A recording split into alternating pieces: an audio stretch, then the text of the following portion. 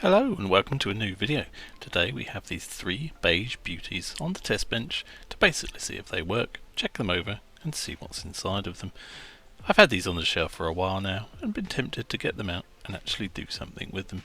So we'll plug them in and see if anything goes bang.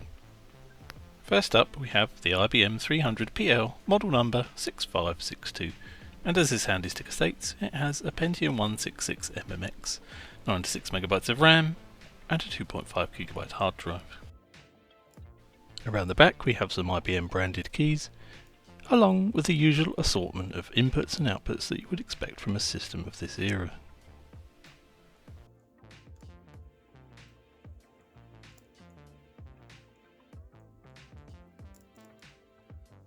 Moving inside, we have the plastic front surround that goes over the floppy drive, a random bit of paper and a leaf. But aside from that and a bit of dust on the fan, all the caps are looking good and the board is looking relatively clean. It has a riser card fitted with two 16-bit ISAs and three PCIs. Unfortunately, the floppy drive for this model is missing. We also have a various assortments of unpopulated headers and an MGA graphics chip.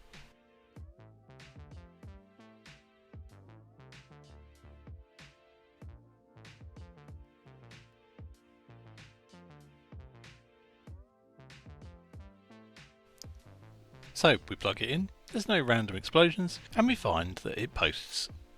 It also complains about a lack of pointing device, a keyboard and a flat CMOS, but then that's to be expected. Moving into the BIOS, we confirm that the sticker on the outside matches what is under the hood. The BIOS date listed is the 20th of August 1997, and as of the recording of this video, it was in fact almost 26 years old to the date.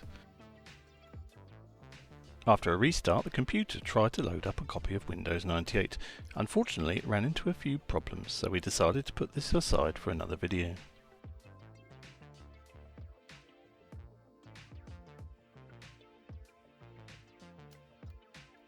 So, second up is this Compact Desk Pro EN, fitted with a Pentium 3 processor.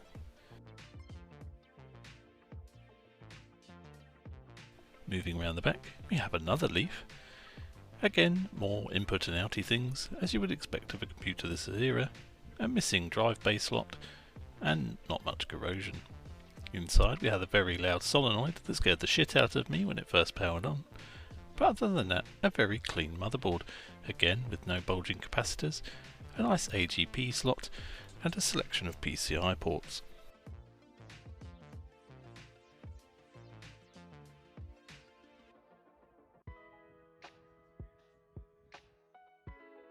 After plugging in the Go juice, we found that the computer happily posted and then booted into the Windows 98 startup floppy disk.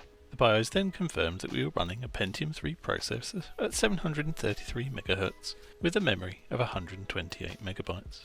Upon connecting a hard drive and trying to install a Windows 98 copy that I had, the computer threw all kinds of wobblies and refused to do anything. So it was put aside for another day and we move on to our final system. Now last but no means least, we have the third. All this was simply labelled as was an FDM, which I'm not entirely sure what it means, although looking at the power supply and the motherboard I'm not entirely sure it's original, so maybe a custom made system by someone in the past. It has some corrosion, but I believe this is from an external source and nothing from the inside.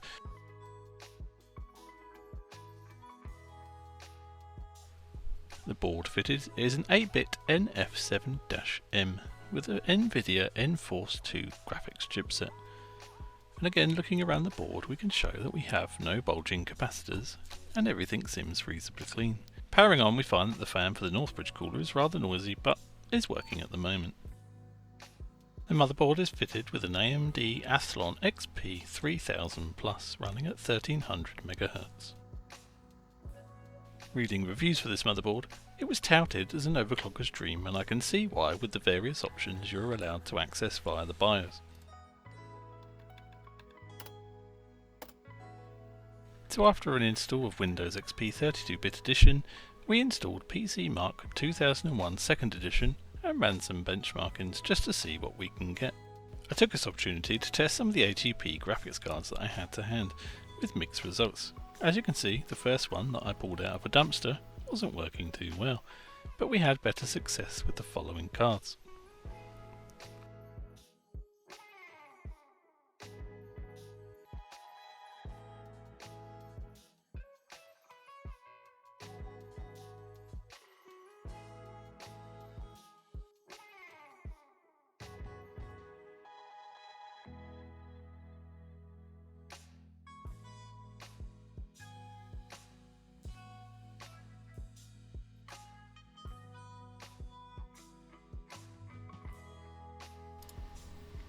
We finished up our testing with an ATI 9800 Pro, which, although the fan was a little bit tight, worked flawlessly. Sadly, by this point, the Northbridge fan cooler had given up. I've compiled the results of these cards on a handy graph, although I realised after testing that the RAM was in single channel mode and not dual channel mode, thus resulting in slightly lower results than you would expect. And there we have it, the 3 Beige systems. I was pleasantly surprised that all of the systems work, and I'm sure with a little bit of love they can be coaxed into providing hours more entertainment for the gaming enthusiasts. If you like looking at a random person's hoard of computers on the internet, please consider dropping a like and subscribe. My name has been RevTed, this is Revivify, and I bid you adieu.